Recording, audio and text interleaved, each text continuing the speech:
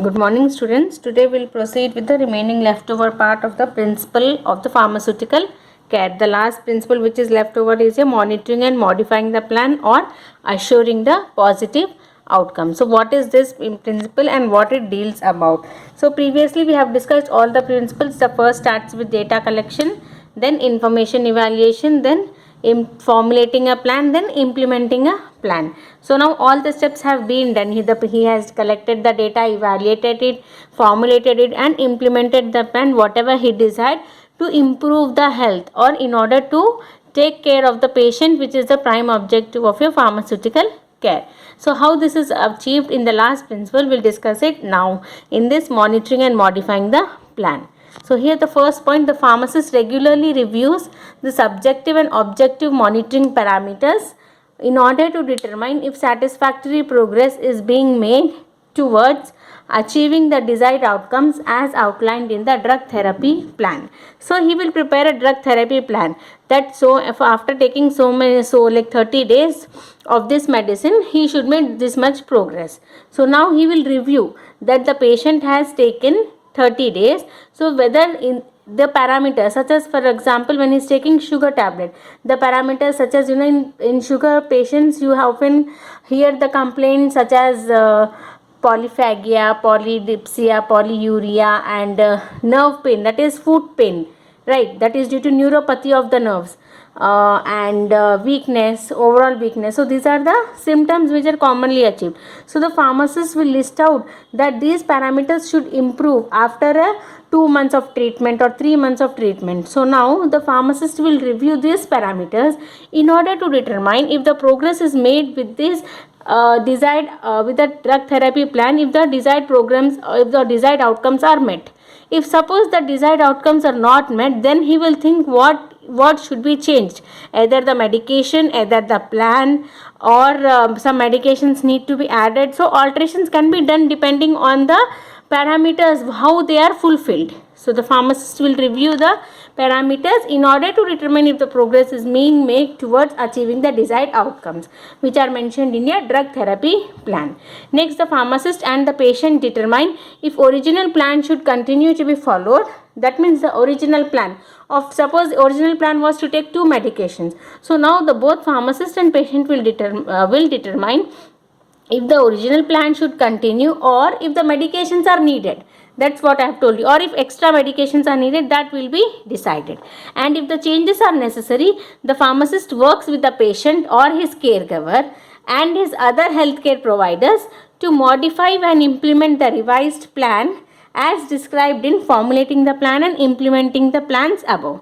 So we have discussed in formulating the plan and implementing the plan that whenever a change is desired, he will do it. So here also, after seeing the parameters, after seeing the desired outcomes, if he thinks the patient is not achieving the desired outcomes, then both pharmacist and patient will determine if that plan should be followed or any changes or any medications are to be added.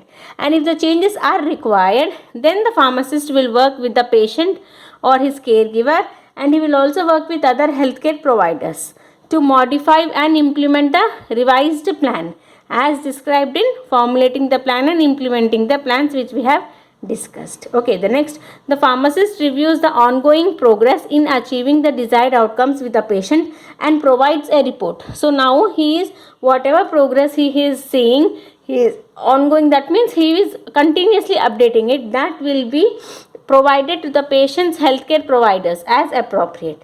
And as the progress towards outcome is achieved, the pharmacist should provide positive reinforcement.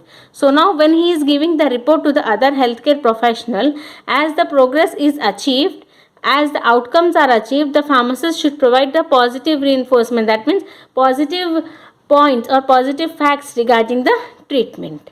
Next, a mechanism is established for follow-up with the patients. So for follow-up is very regular, is very important, because follow-up is one thing which helps in regular monitoring of the patient, regular monitoring of the health of the patient, and in what symptoms he has observed in this period, what parameters have been improved. So a mechanism mechanism is established in the sense, for example, after a month we may have a meeting, or after 15 days we may do video calling, or after so and so time we'll do so and so.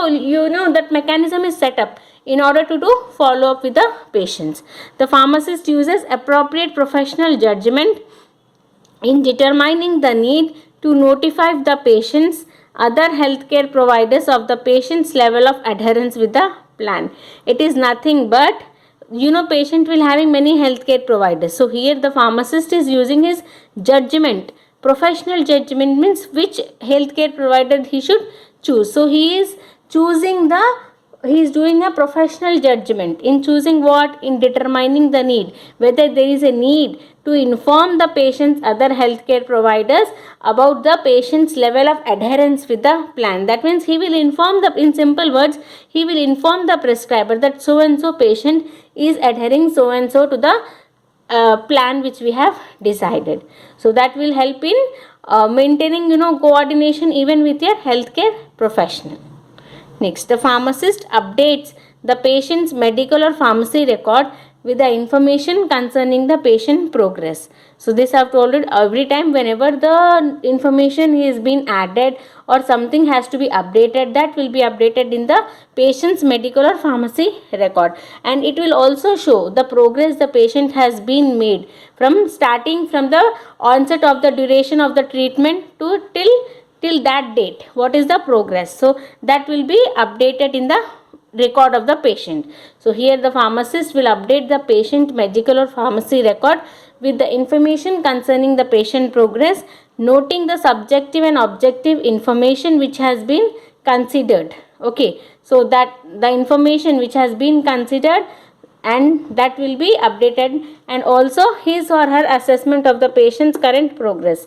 What is the assessment of the pharmacist regarding the current progress of the patient, that will also be updated, and the patient's assessment of his or her current progress and any modifications that are being made to the plan. So whatever patient's assessment, the pharmacist assessment regarding his progress, and any modification which he has done, any medication has been added, any healthcare professional with the help of healthcare professional, any plan has been changed, or all these modifications will be updated in the patient's record. And communications with other healthcare providers should also be noted. So this I have already told you, the pharmacist will make sure that he will communicate with other healthcare provider which the patient requires in order to be on the safer side, in order to be like, if the desired outcomes are not achieved, they both can work together in achieving the desired outcome. So whatever the change in plan, in the change in the medication, or change in the healthcare provider, or any modification of the process, modification of the healthcare provider selection, so that all will be updated in the pharmacy record. Okay, so this is with your principles of pharmaceutical care. With this we have finished this unit. It is very important question.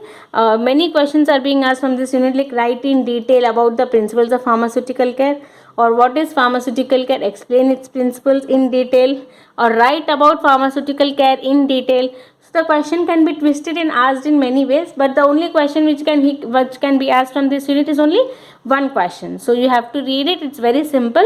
And with this we have finished this unit. Next we'll start with another unit, which is patient medication adherence. Okay, so I'll just give introduction to this unit, definition and types of medication adherence. In the next class we'll discuss the next topic in the medication adherence. Okay, so medication adherence is also a very simple unit. As the name indicates, medication adherence means how the patient is adhering to your medication. That is meant by patient medication adherence. And in this you will have factors affecting adherence. Okay, and why patient is non-adhering. Sometimes the patient will not take, right? So what are the reasons for non-adherence? That all will be discussed in this unit. So as the name itself indicates, what is patient medication adherence is?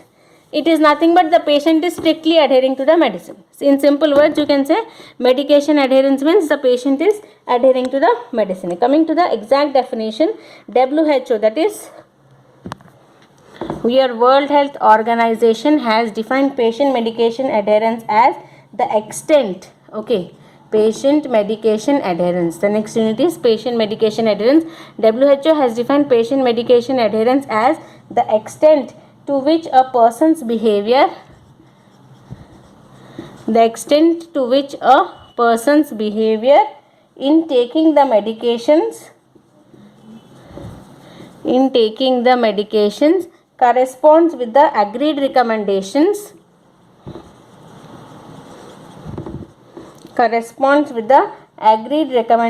from a healthcare provider.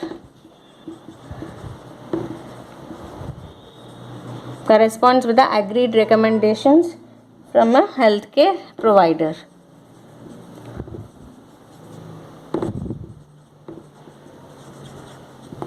Okay, it is nothing but WHO has defined patient medication adherence as the extent to which a person's behavior in taking the medication corresponds with the agreed recommendations from a healthcare provider. So let us take an example. If a healthcare provider has suggested us to take 60 capsules of a sugar tablet, and if the person has taken 60 out of 60, so that means the person's behavior towards taking the medicines is complete whatever the healthcare provider has told him. So it is nothing but the extent to which the person is following the recommendation which our healthcare provider gives us. In simple words, if the doctor tells us to take Suvemancin tablets, and if we are responding accurately to that, that means we are perfectly adherent to that medication. Okay, so this is very, very important.